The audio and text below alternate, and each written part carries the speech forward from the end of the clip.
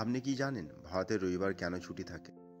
বাকি 6টা দিন পড়ে থাকলেও রবিবারকে কেন ছুটির দিন ধার্য করা হয়েছিল?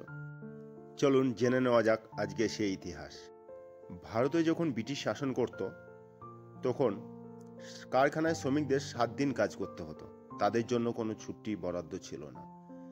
কিন্তু উল্টো দিকে ব্রিটিশরা প্রতি রবিবার গির্জায় গিয়ে প্রার্থনা করত।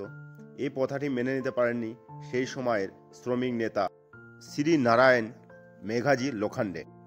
তিনি সেই সময় ব্রিটিশদের বলেন, সপ্তাহে 6 দিন কাজ করার পর একদিন ছুটি দেওয়া দরকার। তিনি ব্রিটিশদের জানান হিন্দু দেবতা খান্ডেকারের জন্ম রবিবার, তাই সপ্তাহে এই দিনটিকে ছুটির দিন হিসাবে ধার্য করা হোক। কিন্তু ব্রিটিশ সরকার এত সহজে সেই দাবি মেনে নেননি। প্রায় 7 বছর লড়াইয়ের পর লোখান্ডের দাবি 1890 সালে 10 জুন এই দাবি মেনে নিতে বাধ্য হয়। প্রতি মাসের 15 তারিখে বেতন এবং কাজের মাঝে 30 মিনিটের খাবারের সময় ধার্য করা হয়। আর এটা সম্ভব হয়েছিল লোখান্ডের জন্যই। সেই থেকে আজ পর্যন্ত রবিবারের ছুটির দিন হিসাবে চলে আসছে।